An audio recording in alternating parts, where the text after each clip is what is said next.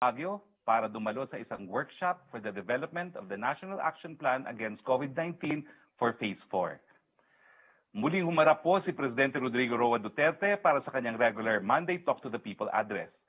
In report ng Food and Drug Administration sa Pangulo na binigyan nito ng Emergency Use Authorization or EUA ang Sinopharm COVID-19 vaccine. Ilan sa mga nabigyan ng FDA ng EUA ay ang Sinovac, AstraZeneca, Sputnik V at Pfizer.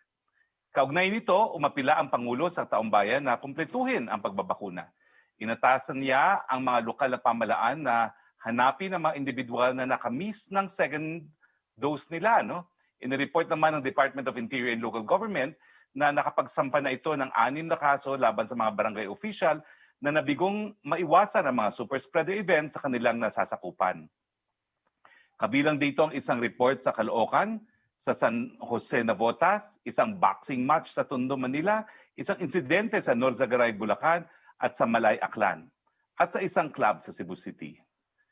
Samantala, ipinahayag ng Pangulo ang kahandaan ng pamahalaan na i-calibrate ang government response o magpatupad ng mas mahigpit na mga hakbang. Ito ay kung patuloy ang pagsuway sa mga health at safety protocols. Nanawagan din si Presidente sa taumbayan na maayos na pagtatapon ng medical waste. Dagdag ng Pangulo, tumaas ang medical waste sa panahon ng pandemya. Usaping bakuna naman po tayo. As of June 8, 2021, 329,050 doses ng mga bakuna na ang dumating. Mali. Ulitin ko po, 9,329,050 doses na po ng mga bakuna ang dumating sa Pilipinas. Kabilang dito ang 6.5 million na Sinovac, 2,556,000 na AstraZeneca, 80,000 na Sputnik V, at 193,050 na Pfizer. As of June 7, 2021, ayon sa datos ng NTF, nasa higit 6 na milyon na or 6,096,208 doses ng COVID-19 vaccine ang na-administer. Nasa 1,604,260 naman po ang mga Pilipino ang nakatanggap na ng complete dose ng COVID-19. COVID-19 updates naman po tayo. Meron tayong 6,539 na mga bagong kaso ayon sa June 7, 2021 datos ng DOH. Nagpapasalamat kami sa magaling, masipag at dedicated medical frontliners dahil patuloy ang pagtaas ng gumagaling. 93.7% po ang gumaling mula sa coronavirus. Nasa 1,195,181 ang bilang ng mga nakarecover.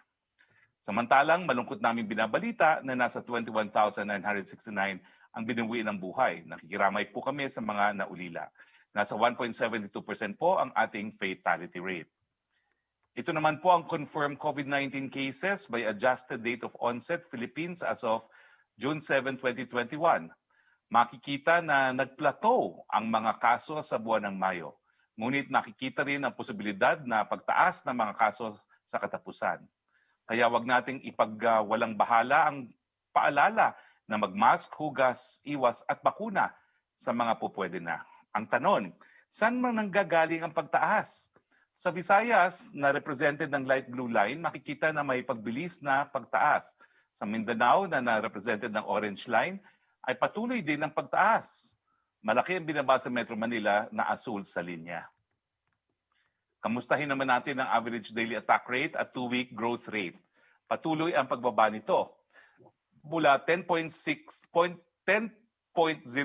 noong May 9 to 22, ang ADAR ay naging 7.45 sa NCR. Sa buong Pilipinas, tumaas ito ng bahagya.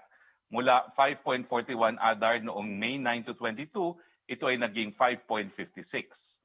Patuloy rin ang pagbaba ng ating 2-week growth rate.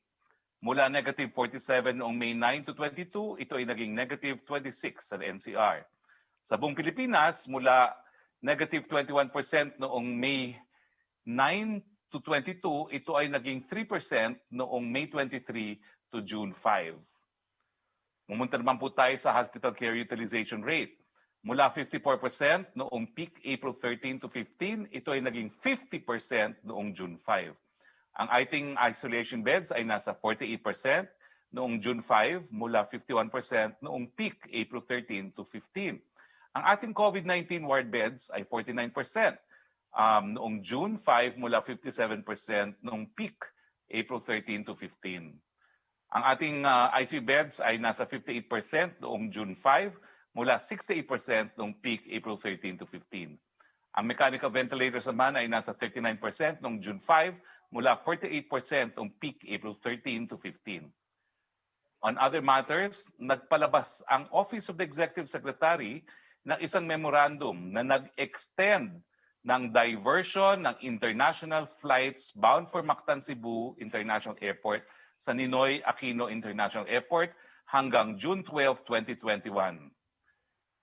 Ito po ay para maayos yung pag-i-implement ng IATF arrival protocols sa Cebu. Dito po nagtatapos ang ating presentasyon. Makakasama natin ngayong tanghali si Dr. Lulu Bravo, Professor Emeritus ng University of the Philippines College of Medicine at Direktor ng Philippine Foundation for Vaccination at Chairperson of the National Adverse Events Following Immunization Committee. Doc, ano po ang balita sa mga adverse events ng mga bakuna? Meron na po tayong naibigay na mga 6 million doses. Marami ba ho ang mga adverse events? The floor is yours, Dr. Bravo. Thank you very much, Secretary Roque. Actually, yan ang magandang balita sapagkat dito sa aming almost 3 months of monitoring, wala kaming nakitang masamang epekto ng bakuna. Walang red flag, walang masamang signal.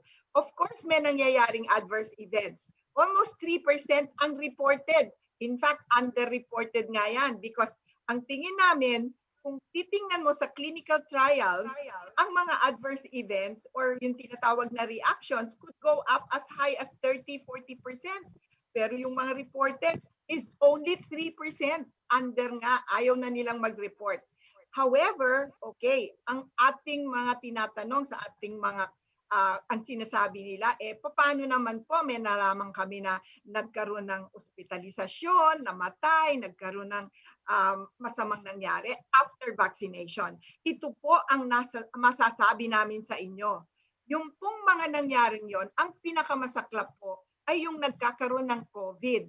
Hindi po dahil sa bakuna, kung hindi, nakakuha sila ng COVID dahil number 1, meron na silang COVID bago sila nabakunahan, or meron po silang ilang araw pa lang nakakapagbakuna nung sila ay magka-COVID. So, hindi pa po sila protektado. Kaya importante yung second dose. Ano po?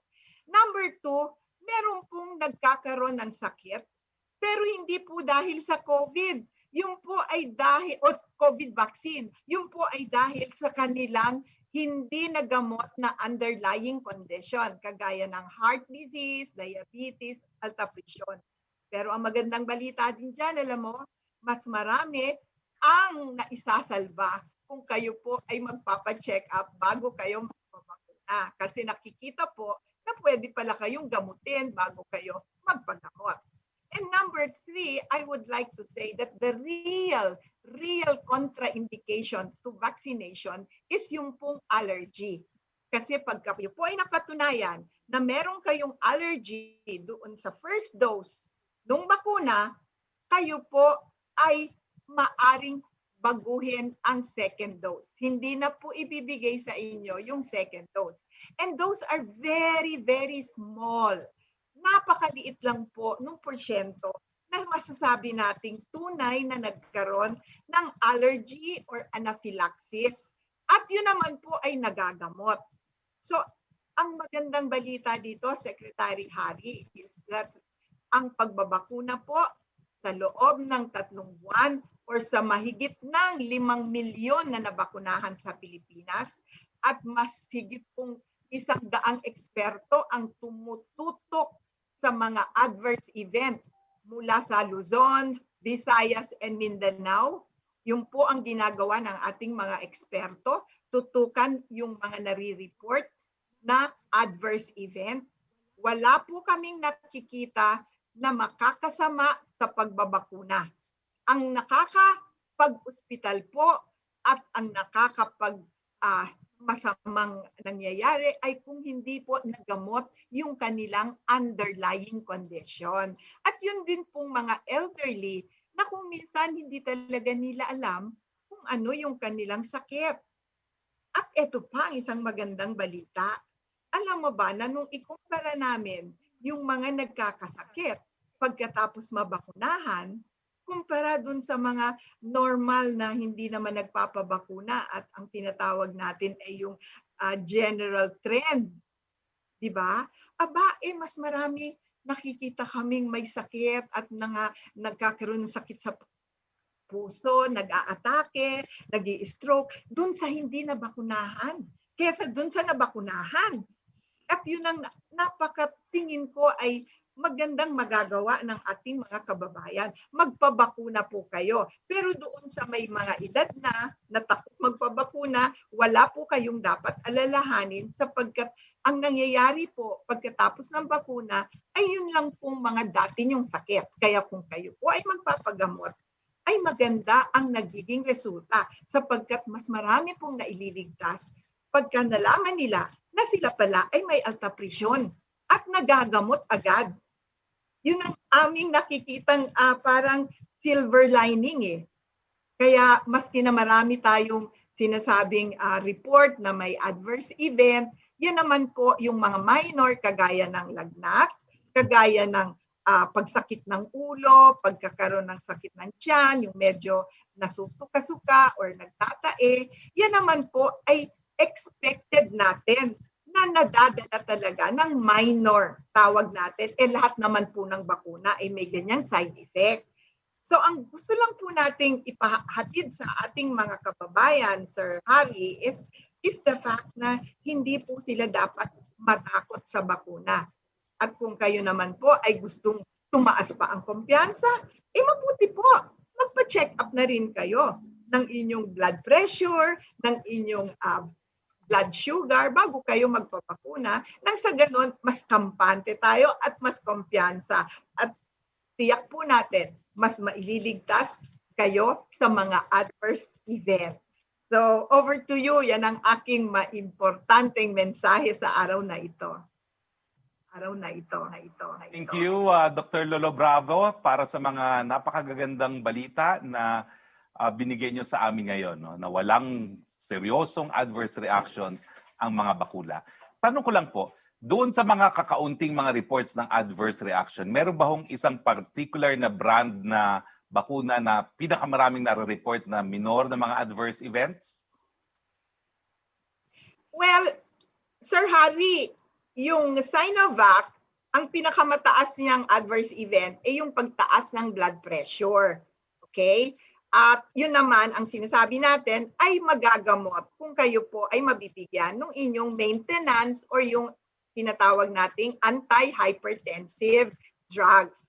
Sa Astra naman, ang pinakamataas na nakikita natin ay yung tinatawag na fever or nag-chills or matamlay ang katawan. Yan yung mga mas maraming nakikita. At dito naman ngayon sa Pfizer, meron na rin tayo nakikitang fever and chills.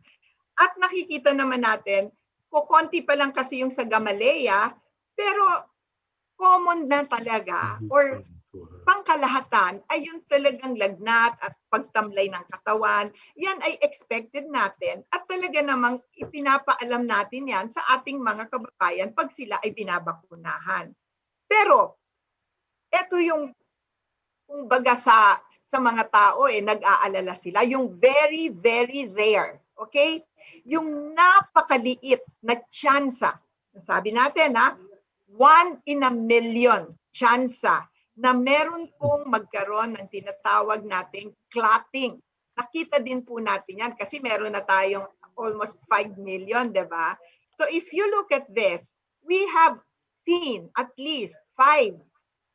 Kasi 1 in a million. Meron na rin po tayong makikita ng mga around 5 na tinatawag nating clotting or parang nagkaroon ng coagulation defect na posible pong mag-bleed. Okay? Posible pong magkaroon ng tinatawag na bara ang inyong mga veins. Yun po ay pwedeng magamot kung ito po'y i-report nyo sa lalong madaling panahon. Alam mo kasi Sir Harry, kung minsan kaya hindi naaagapan yon at meron ng isa o dalawa na hindi naagapan. Kasi yung mga tao natakot mag-report or natakot pumunta sa ospital kasi sabi nila baka sila masabihan na may COVID. And hindi maganda yon. Kayo po ay sinasabihan natin na pag kayo po ay nagkaroon ng karamdaman after vaccination, mas mabuti po na magpunta na kayo, mag-report sa inyong vaccination center or doon sa ospital. At huwag po kayong matakot dahil sa lalong madaling panahon na makita ang inyong adverse event ay magagamot naman po. Ang nakita lang nating masaklap, Sir Harry, is kung hindi sila mag-report and too late pagka sila ay pumunta sa ospital. So over to you. Please join us in our open forum in case yung ating mga colleagues sa Malacanang Press Corps have questions. No? So tuloy na po tayo sa ating open forum. Yusek Roque. Yes, good afternoon, Secretary Roque. May tanong si Laila sa Laverde of Inquirer. Hindi ko lang po alam kung ito ay nakasama na ninyo sa presentation kasi late po ako nakapasok. Pero ang question po niya, will the palace fund the back pay and differential pay of the previously demoted nurses whose positions have since been corrected under a memorandum issued by Executive Secretary Medeldea? In PGH alone, nurses are seeking 43 million pesos. If yes, what will be the source of the funds? From Laila Salavera of Inquirer. Yung prospective ng gobyerno, yung mas mataas ng sahod ng ating mga nurses. Ito po ay decision naman po ng Korte Suprema, no? Yung POCIS decision, no? Yung ang nurse ang naghain po ng kasong yan, no? So prospective, wala pong problema. But we are seeking guidance po from the Executive Secretary kasi yung kanyang memorandum na in-issue is effective June 1, no?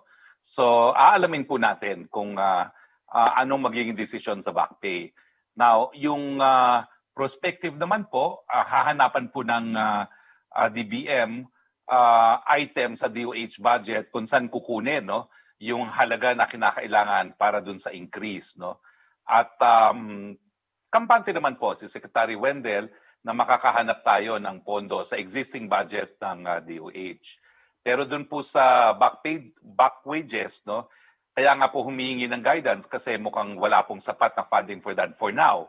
So, but wag naman tayo mag-alala kung ang guidance ng ES ay magbibigay ng back pay, pwede naman po yung isama sa 2022 budget. Second question po ni Laila Salaveria. Now that Sinopharm has an EUA, does this mean the palace will now use the 1,000 doses that the President earlier said should be returned to China? If yes, where will the doses be used? Kaya nga po kumuha ng DOH ng EUA para dito sa mga donated na 1,000 na Sinopharm. Saan po gagamitin? Well, kasama na po dyan yung second dose ni Presidente dahil hindi pa po nakakaroon ng second dose ang ating Presidente dahil inaantay nga po itong EUA. Ang third question po niya, what is now the government's policy daw po for LGUs that want to impose protocols different from that of the IATF? Po na inisyu ni Executive Secretary na nag-extend ng diversion of flights from Mactan, Cebu. Medyo malabo po ang sound system. Ayos lang ang sound system. Nag-e-echo. Antay lang po natin maayos ang sound system.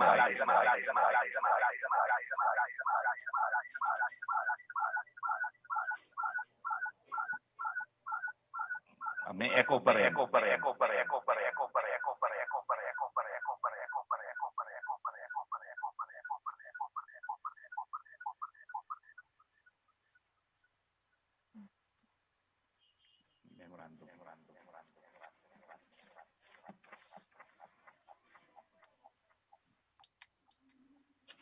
Okay?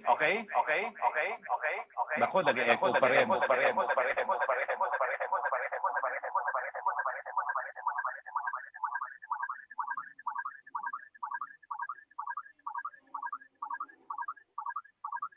Sandali lang po at tinitignan natin kung paano maayos ang echo.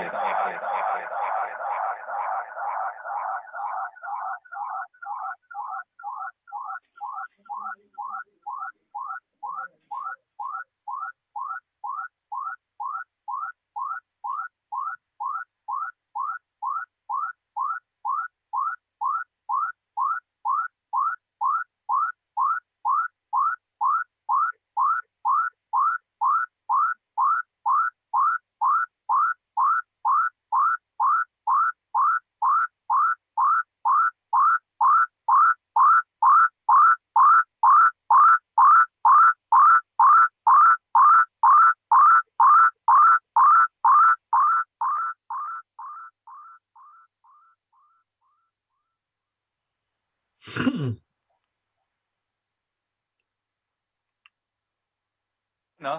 So, ulitin ko po, no? Yung memorandum po na in-issue ni Executive Secretary extending the diversion of international flights intended for Cebu to Manila was issued last 5 June. No? At ang nakasulat dito po, to ensure that upon resumption of international flights to Mactan Cebu International Airport, the travel and testing protocols approved by the Interagency Task Force for the Management of Emerging Infectious Diseases will be fully and seamlessly implemented. This office extends the diversion of international flights bound for MCIA to Ninoy International Airport until 23:59 hours of 12 June 2021. So, inaasahan po natin that on the 13th of June, the IATF protocols on arriving OFWs and OFs will be implemented in Cebu. Yan po ay according to the memorandum issued by the Executive Secretary dated 5 June 2021. Next question, Yusek Roque. Yung po muna, Secretary, yung susunod po magtatanong ay si Mela Les Moras via Zoom. Go ahead, Mela. Hi, good afternoon, Secretary Roque. Just a quick follow-up about sa order ni OE ng Office of the Executive Secretary. So, ibig sabihin po ba, Secretary Roque, kapag nawala na yung diversion of flights sa Cebu, ang mangyayari na kailangan katulad na ng testing at quarantine protocols sa buong bansa, yung paiiralin sa Cebu. Tama po ba? Yes, that is what appears in the memorandum of the Executive Secretary. Okay.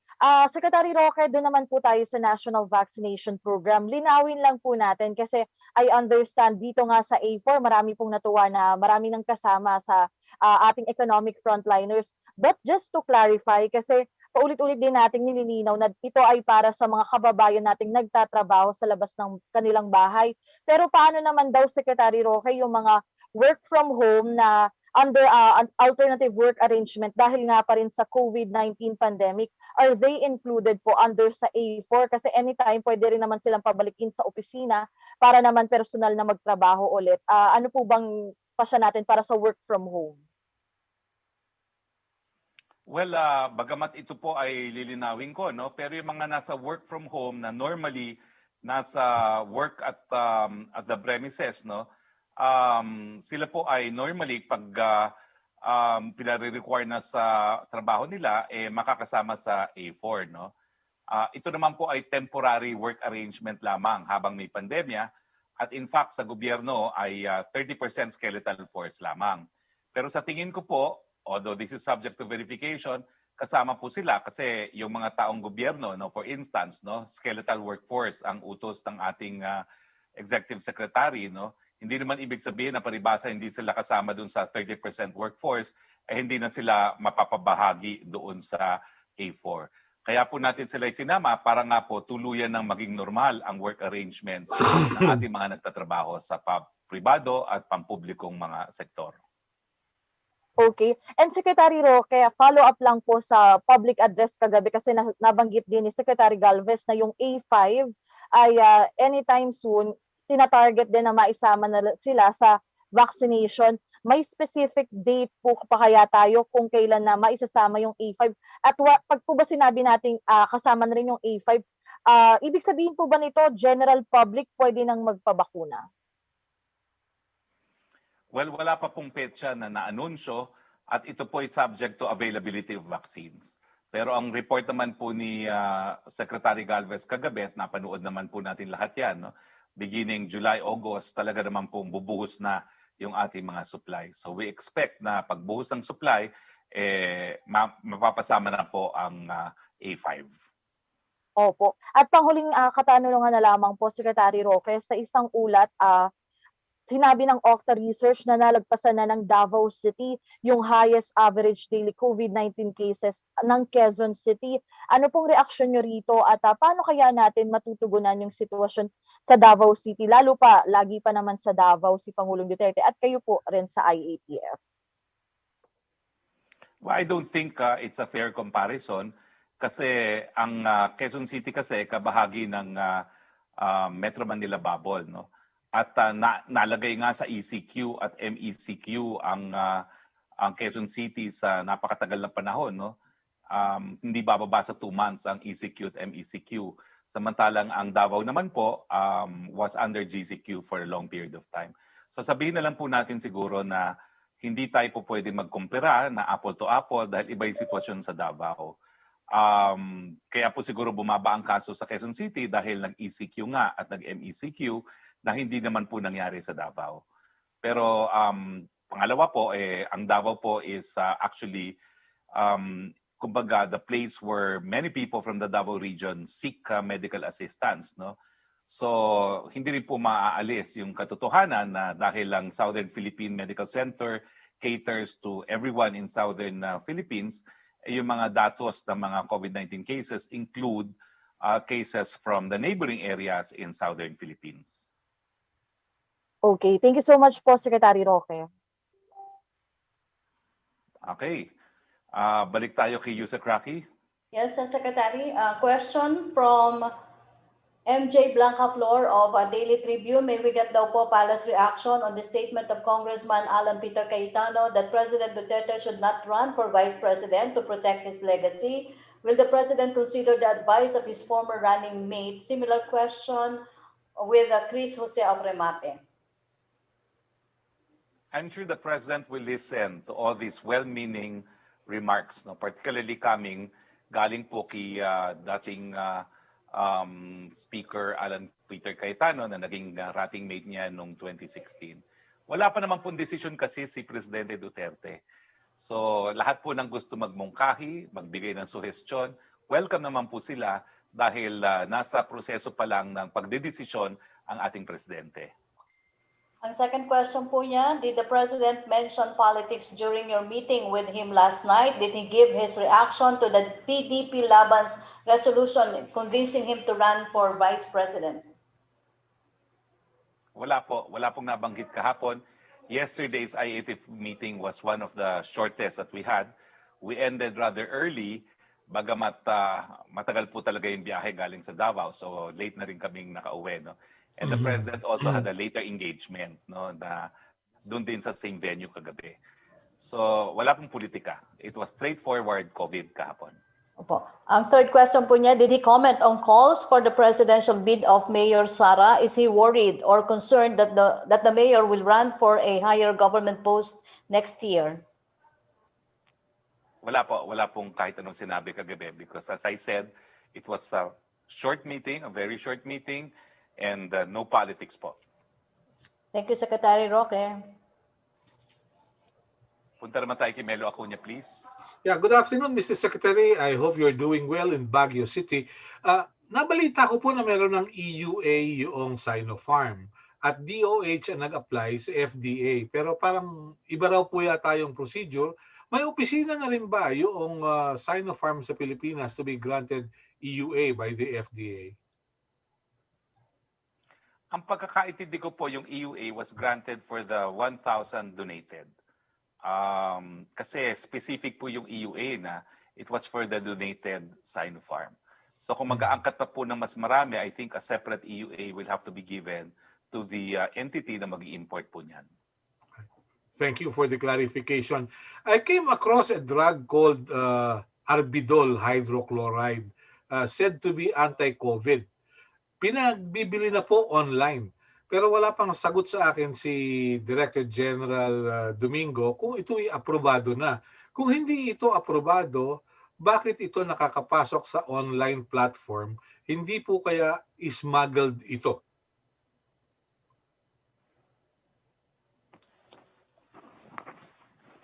Wala pong audio, Melo. Yeah. Secretary, I hope you can hear me.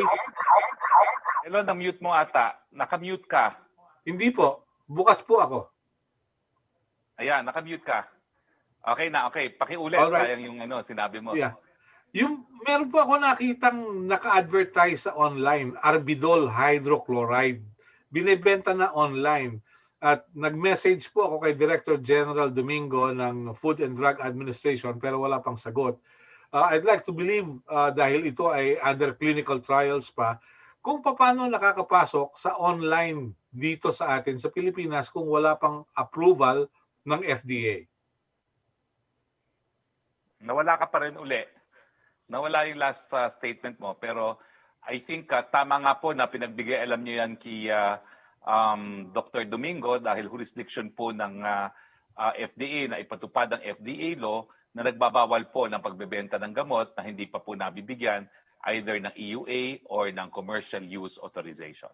Yeah. Last concern po, Secretary Harry, the Department of Finance said maganda yung kalakal noong Marso. Merong rebound yung merchandise trade. Yeah. Hello? Pakiulit po, nawala po ulit. Okay po.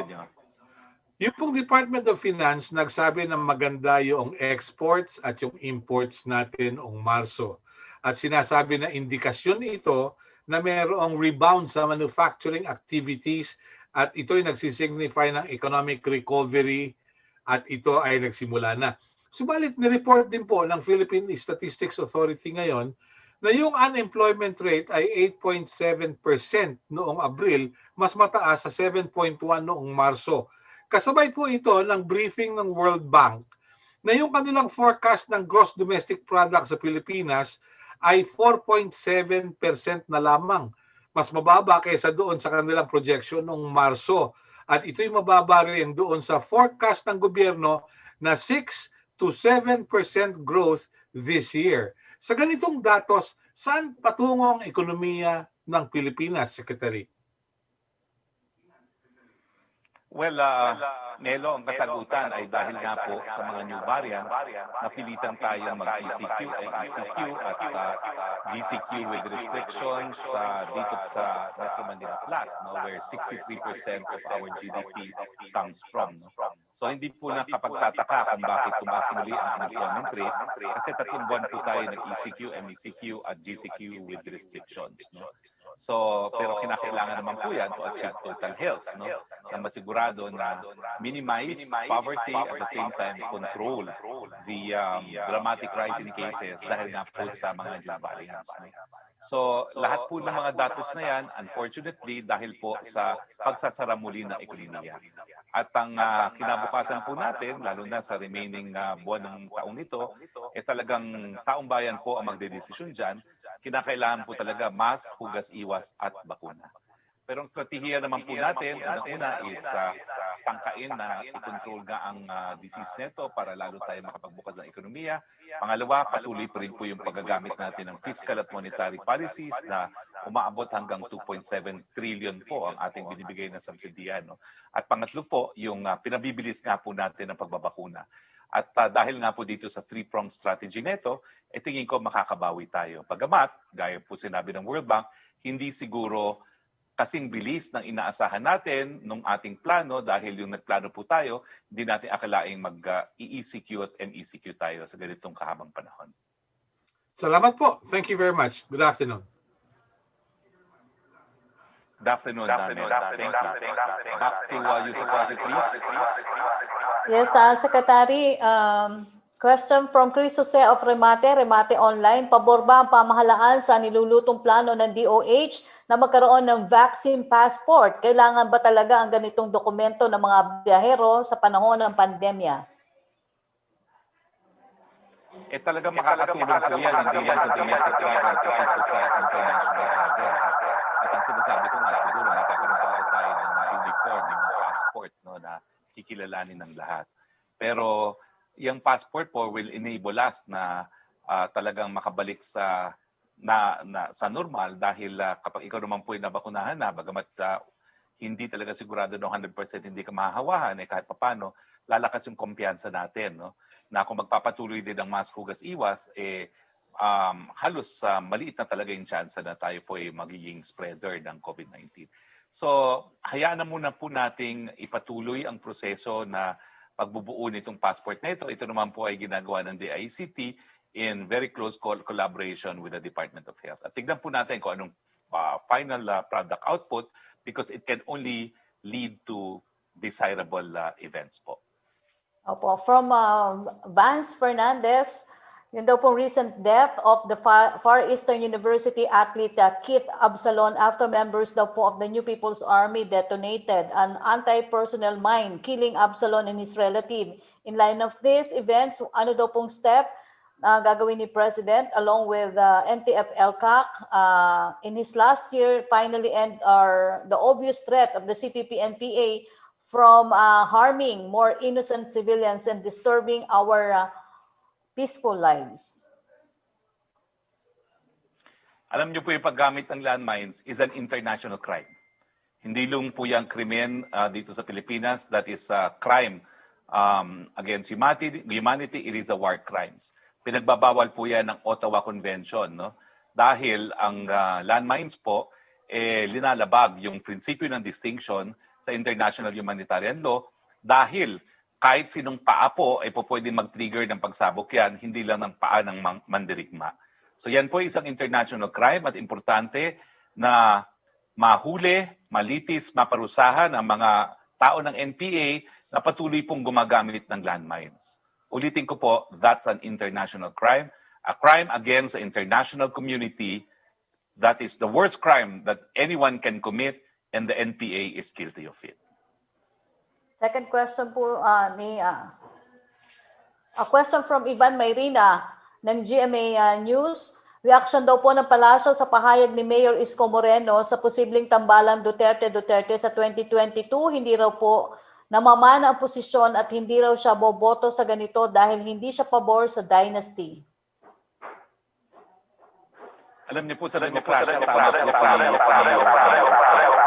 wala pong namamana ng posisyon sa Pilipinas. Lahat po ng ating mga elected officials, halal po ng taong bayan. Sa taong bayan po nagdedesisyon. Kung nagkataon kamag-anak ang naboboto, ikabahagi po yan ang ating proseso.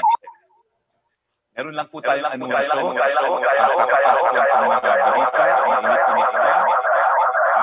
In-appoint po ng ating presidente si Admiral Adeluis S. Bordado as flag officer ng Philippine Navy at pinalitan po niya si Vice Admiral Giovanni Carlo Bacordo.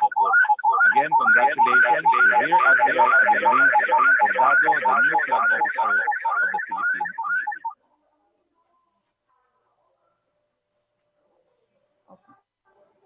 Opo, Secretary? Okay, can you hear me? Secretary, mamaya pag gumanda yung audio.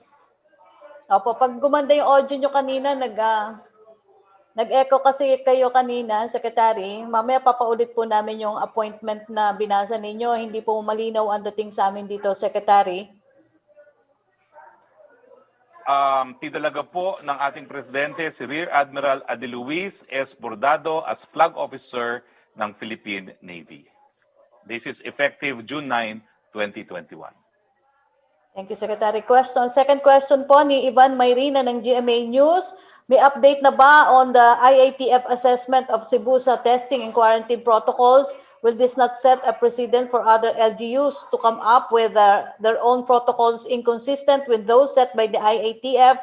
and may result to confusion among the public. Similar question po ni Laila Salaveria na Inquirer at ni Ryan Macasero ng Rappler Cebu. Ask and already answered na po kanina.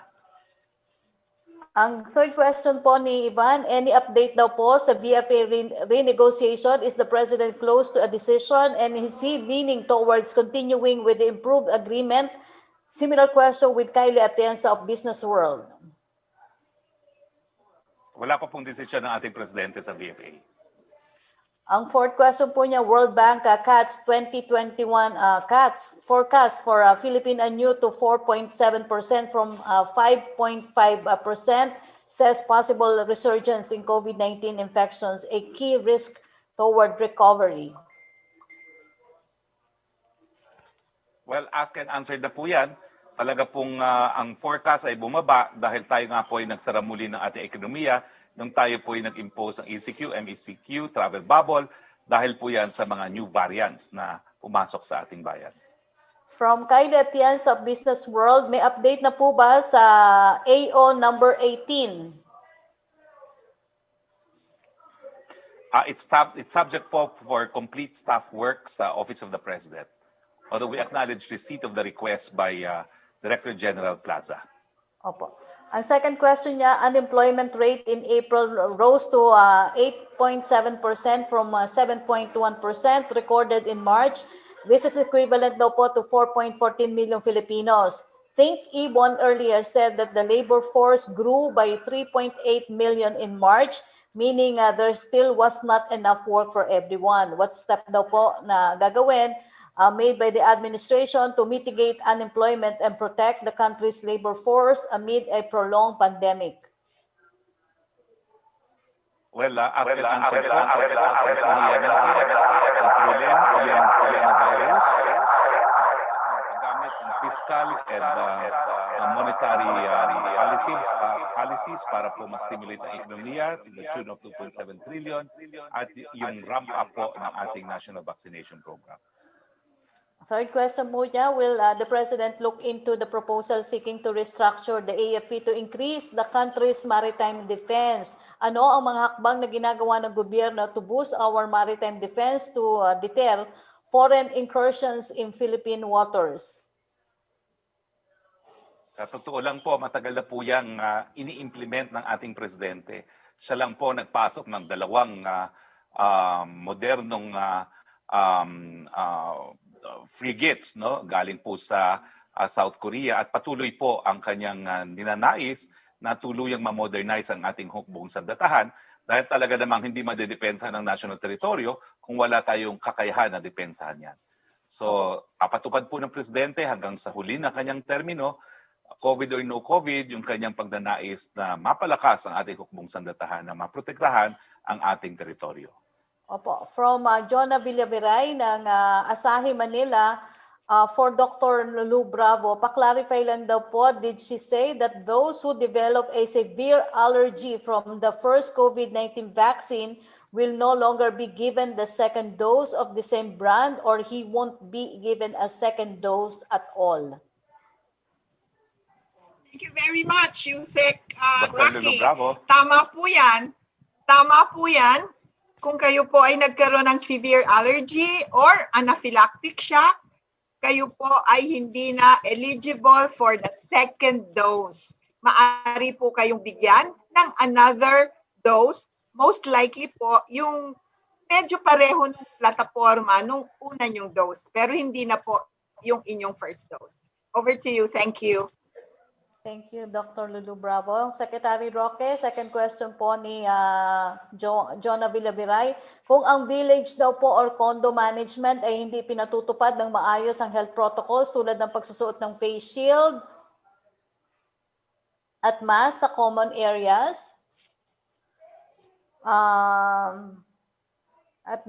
like corridors and driveways or parks, ano po ang pwedeng magawa ng residente? At kanino po sila pwedeng magdulog ng reklamo? Pwede po ba sa barangay kahit private property ang condo or gated village? Ang parang tanong mo, ano ang remedyo kapag ang building property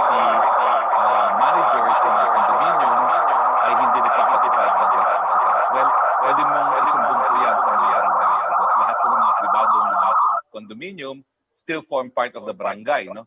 So po pwede pong magpatupad diyan ang mga barangay at ang kapulisan, no? At po pwedeng mareklamo din po yung mga property managers na hindi sumusunod dahil yan po ay disobedience to agents of authorities kapag binigyan na po sila ng ultimatum na ipatupad ang mga minimum health protocols. Opo, ang third question po niya ay ngayong mas maluwag na po ang quarantine restrictions sa NCR, pwede na po bang ang outdoor group exercise classes katulad ng Zumba at Tai Chi? Well, basta po outdoors, non-contact sport po ang Zumba. So just observe social distancing po and the wearing of mask. Allowed naman po yan dahil it is non-contact sport po ang Zumba. Dito po sa Baguio, allowed yan. At kung magzuzumba ako kasi para ako yung pinakamataba doon kaya hindi na ako magzuzumba sa Burnham Park. So, yung Secretary, natawa naman kasi ako sa iyo. Yung tanong naman po ni, I think yung tanong po... Ikaw talaga, oo. Okay, go ahead po.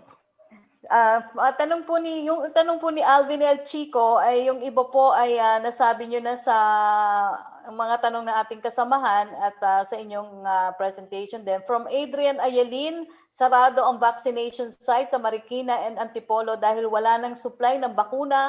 Ano ang plano ng pala? Sila ba ay uunahin sa sandaling may dumating na supply?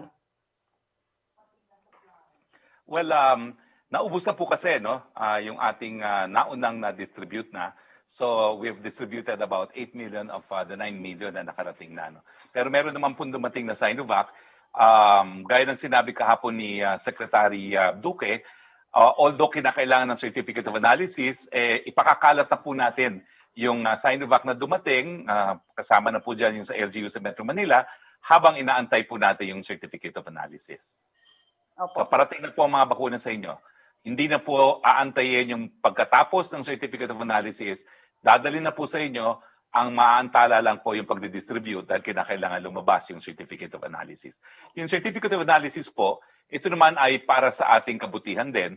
It ensures na yung kwalidad ng bakuna ay gaya rin po ng earlier batches na nakuha natin sa manufacturer. Opo.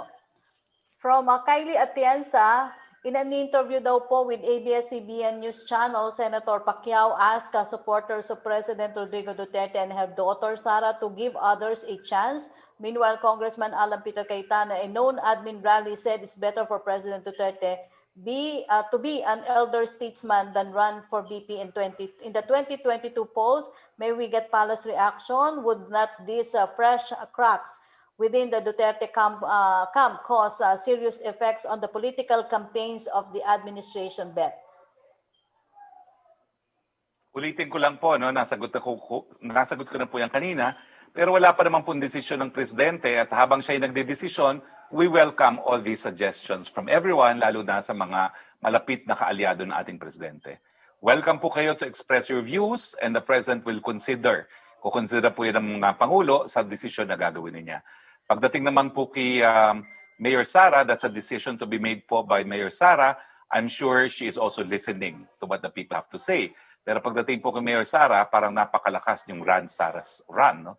So antayin na rin po natin ang mga desisyon ng kaparehong si Mayor Sara at ng ating Pangulo. Opo. Ang question po niya sa inyo, Spokes, would you run for a national position? Ako po, well, patuloy pa rin po ang pagdadasal ko dahil noong 2019 nga po, nagplano ko na magsenador. Ako naman po ay nagkasakit. No? At grabe po talaga yung impact sa akin ng disappointment na hindi ako nakatakbo. So I continue to ponder and pray. And although this, I will say, gustuhin man po natin dahil meron tayong unfinished agenda nung tayo po ay naging congressman ng 17th Congress. Ang tanong po natin yung pondo kasi sa panahon ng COVID, napakahirap po talaga mag-raise ng pondo at kinakailangan na napakalaking halaga para makatakbo at manalo sa Senado. Opo. Question from Trish Terada ng CNN Philippines, Senator Lacson has information na meron daw pong undersecretary na nag-organize na sa buong bansa, bawat probinsya. Hinihingan ng at least 2 trolls sa bawat probinsya para i-attack mga hindi kakampi. Does Malacanang know about this? What does Malacanang intend to do about this? Wala po kaming alam dyan. Hindi po yan na pulisiya ng gobyerno. Kung ginagawa po yan ng taong gobyerno, siguro ginagawa nila yan in their personal capacities. Opo. May pahabol pong tanong si Jenaline Cabili. Although sinabi niyo na po na has the President received a second shot of Sinopharm, pero ang follow-up po niya, sinabi niyo na po ito, Secretary, na hindi pa na nabibigyan, tama po ba, ng second shot si President Duterte ng Sinopharm? Po, inantay yung EUA. Opo. Secretary, may last question na po mula po kay Ron Lopez ng AFP. Update daw po sa number ng Chinese fishing vessels sa West Philippine Sea. I don't have the numbers po. Okay, maraming salamat po, Secretary. Yung announcement po natin, kasi nawala po yung ating volume kanina, tinalaga po ni Presidente si Rear Admiral Adeluis S. Bordado bilang Flag Officer in Command ng Philippine Navy. And this is effective June 9, 2021. Dahil katanungan, Dr. Lulu Bravo, maraming salamat po for being our suki. Maraming salamat po for giving very crucial information to our people para po mapalakas ang kumpiyansa ng ating taong bayan. Nanggaling na po sa isang eksperto, Professor Emeritus. Wala po silang naobserbahang adverse events na seryoso sa kahit anong bakuna na naturok na sa mahigit na 6 na milyong Pilipino na po. So kung nais po natin protektahan ang ating mga sarili at ating mga mahal sa buhay, magpabakuna na po tayo. Salamat din po kay Yusek Roque. Salamat po sa ating mga kasamahan sa Malacanang Press Corps. Sa ngalan po ng inyong Presidente, Rodrigo Roa Duterte, itong iyong spokes Harry Roque nagsasabi, Pilipinas, malapit na talaga tayong bumangon uli. Pabakuna na tayong lahat. Magandang hapon po sa inyong lahat.